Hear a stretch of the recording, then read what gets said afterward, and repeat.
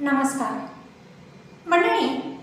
देशात आणि राज्यात सध्या उष्णतेची लाट उसळली आहे. अशा वेळेस आपण आपल्या आरोग्याची काळजी घेणं आवश्यक आहे. दुपारी 12 ते 4 या वेळात शक्यतो बाहेर पडू नका.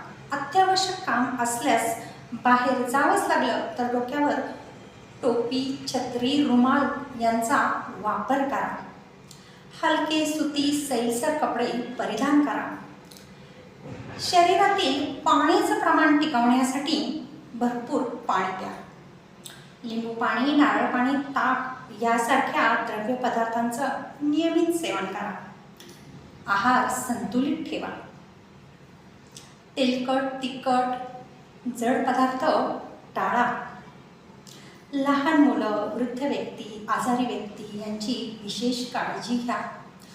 उष्माघाताची लक्षणं जसं की चक्कर येणं, डोके दुखणं, उलट्या होणं अशी काही लक्षणं आढळल्यास आपण त्वरित वैद्यकीय मदत घ्या.